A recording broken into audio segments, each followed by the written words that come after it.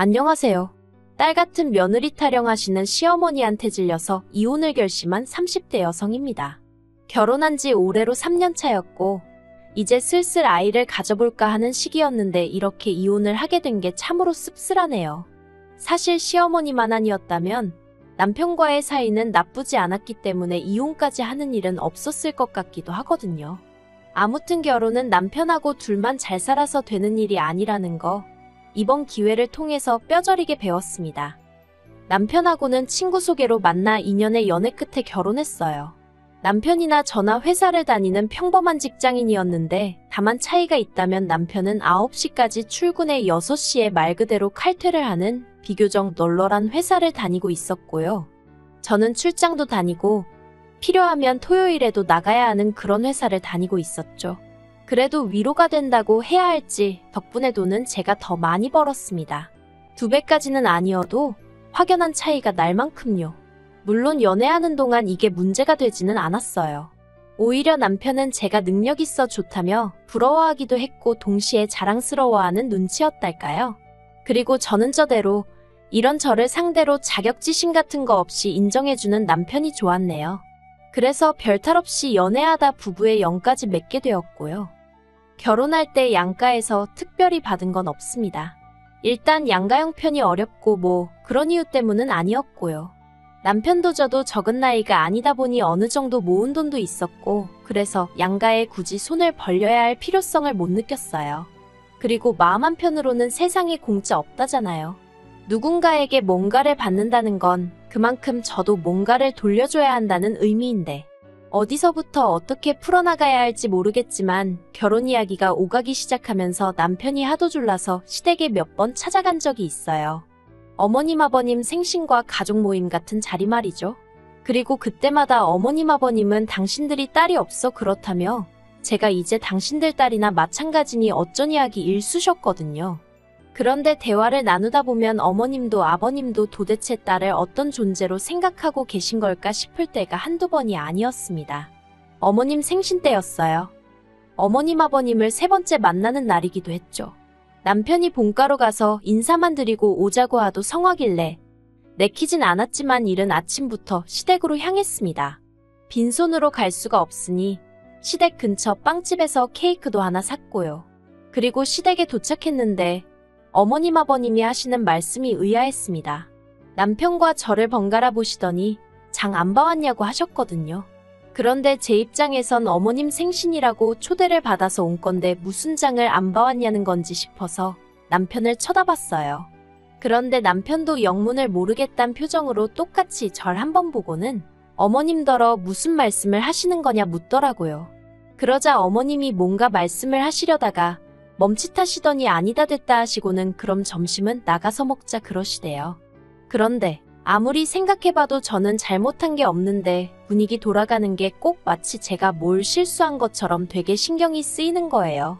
아무튼 그렇게 시댁 근처에 있는 갈빗집에서 점심을 먹고 시댁으로 다시 돌아와 제가 사간 케이크 나눠 먹고 그랬네요.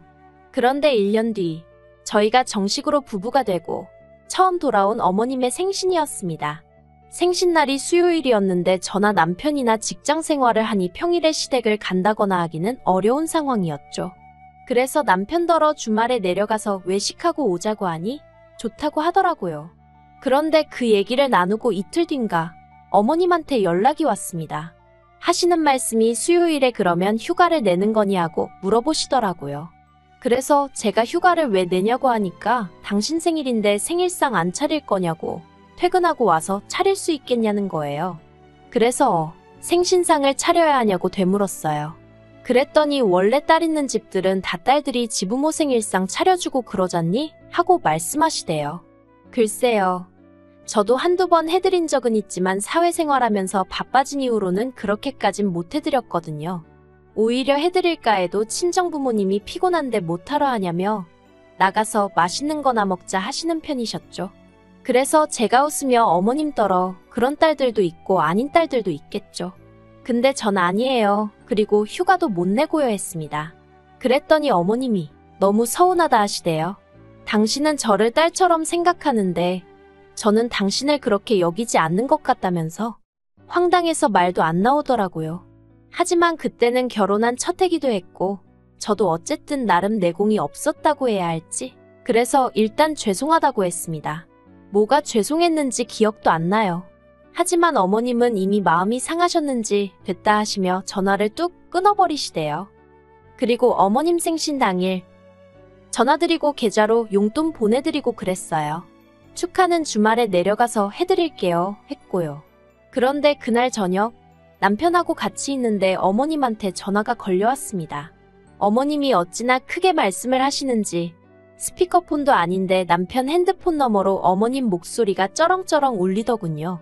어머님께서는 걔는 결혼 전에도 CM이 될 사람 생일인데 미역국 하나 끓일 생각도 안 하더니 결혼을 해도 어째 달라지는 게 없냐면서 제 흉을 보고 계셨어요. 그리고 남편은 남편대로 제 편을 들기는커녕 아직 센스가 없어서 그런 거라며 마음 넓은 우리 엄마가 이해해 그러고 있대요. 어이가 없더라고요. 얼마 안가 전화가 끊어지고 제가 남편더러 무슨 말을 그렇게 하냐고 따졌습니다. 어머님이 당신 와이프 흉을 보는데 그러면 당신이 그런 말씀 마시라 하고 내 입장을 대변해줘야 하는 거 아니냐고 따졌죠. 그리고 어머님 생신상 차리는 거랑 센스랑 무슨 상관이냐고요. 그랬더니 남편이 한다는 말이 결혼 전부터 시부모님이 딸 같은 며느리가 돼달라고 하시지 않았냐며 저더러 그렇게 못할 것 같으면 못한다 했어야지 한다고 해놓고 이러면 어떡하냐입니다. 그래서 제가 남편더러 도대체 딸 같은 며느리가 뭐냐고 되물었어요. 당신도 그렇고 어머님 아버님도 그렇고 도대체 딸 같은 며느리가 뭐라고 생각하는 거냐고요. 그랬더니 남편이 저더러 장모님한테 하는 만큼만 어머님한테 해드리면 되는데 그게 어렵냐는 거예요. 어이가 없었죠. 남편더러 우리 엄마가 나 키울 때 얼마나 공들이고 정성을 다하셨는지 당신이 알기나 하냐 했어요. 말이 좋아 딸 같은 며느리지. 어머님부터 우리 친정어머니가 나한테 해주듯이 대해주질 않으시는데 억지도 그런 억지가 어딨냐고 소리를 질렀죠. 사실 결혼하고 나서 제가 한번 쓰러진 적이 있어요. 지병이 있거나 그런 것은 아니었고요. 결혼 준비하면서 여러 가지로 신경 쓸 일도 많았고 그러다 보니 스트레스를 이만저만 받은 게 아니었는데 그게 어느샌가 쌓이고 쌓였던 건지 한 3일 야근까지 하고 나니까 정말 제 몸이 제 몸 같지가 않더라고요. 그러다 결국 퇴근길에 회사 앞에서 쓰러진 걸 지나가던 타부서 직원이 병원에 데려다 줬죠. 그리고 그 직원이 저희 남편한테 연락해서 남편도 바로 병원으로 왔고요. 병원에서는 입원하라는데 그냥 링거만 맞고 왔어요. 그래도 집에 오니까 밤 12시가 넘었더라고요. 그런데 이튿날 어머님한테 연락이 왔습니다. 남편이 얘기를 한 건지 제가 쓰러져서 링거 맞고 한 건 다 알고 계시더라고요. 그런데 대뜸 하시는 말씀이 괜찮냐는 말은 한마디 없으시고 그 시간에 퇴근해서 쉬는 남편까지 불러내야 했었냐는 거예요.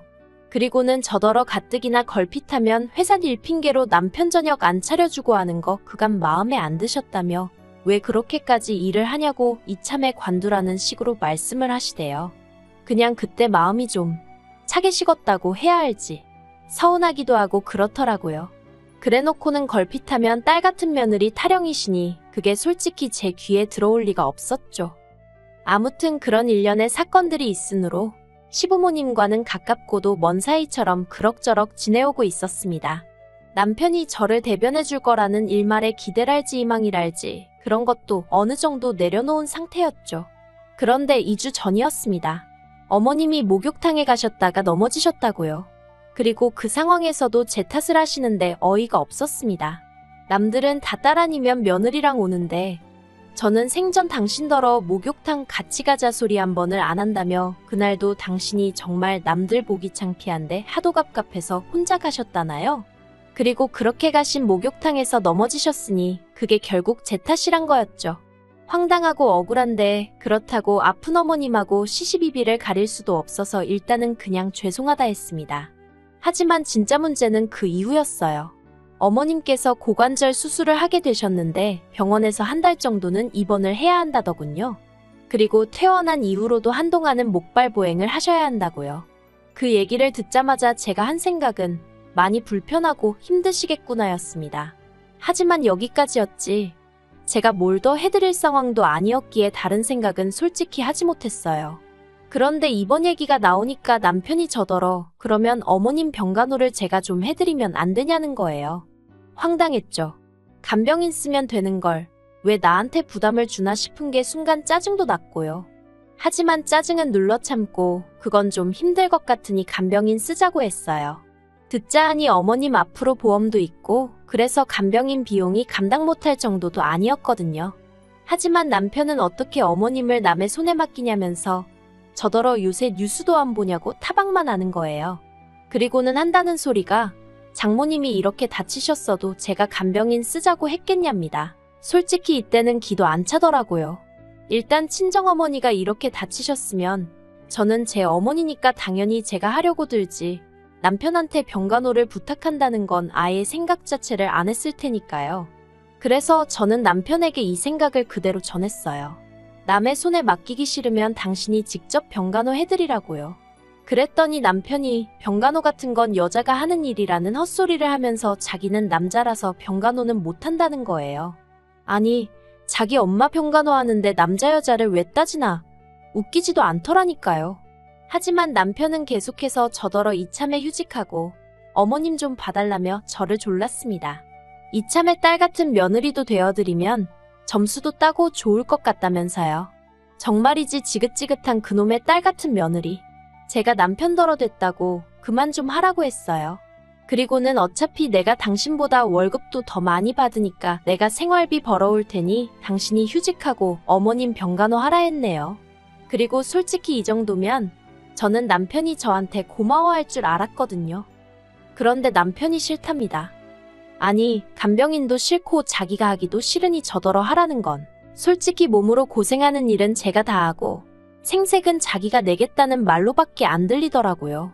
그래서 결국 이 일로 남편과 지독하게 싸우게 되었습니다.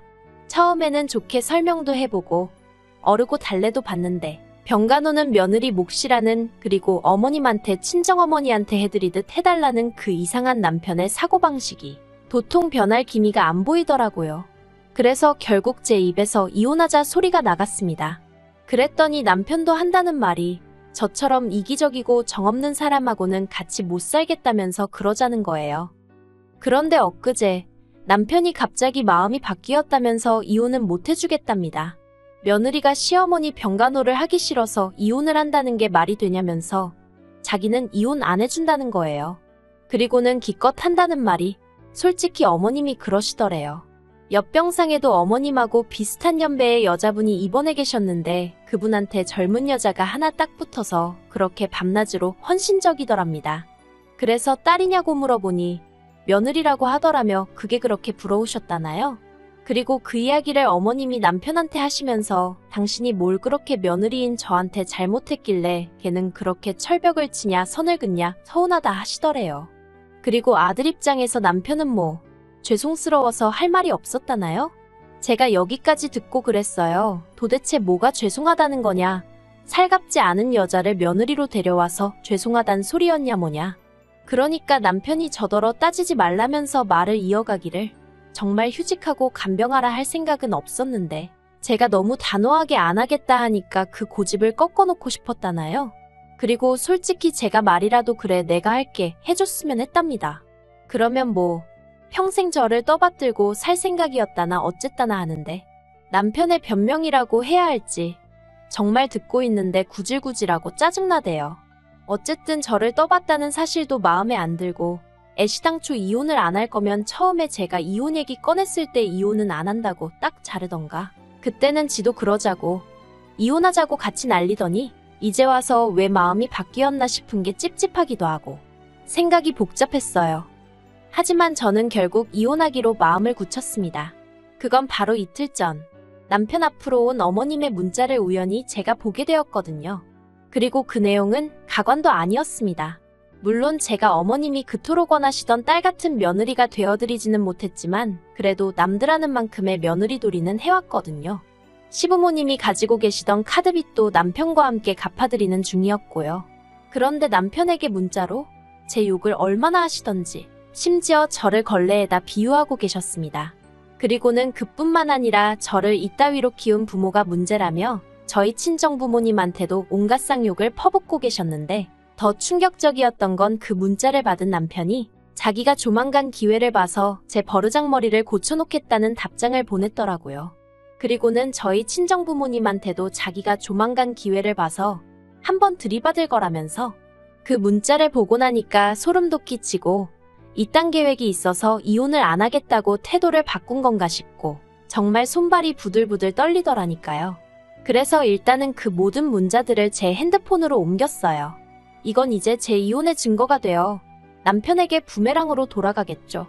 어떻게 보면 진짜 싸움은 이제 시작인데 벌써부터 정말 넌더리가 나네요. 빨리 이 거지 같은 연을 끝내고 자유로워지고 싶은 마음뿐입니다.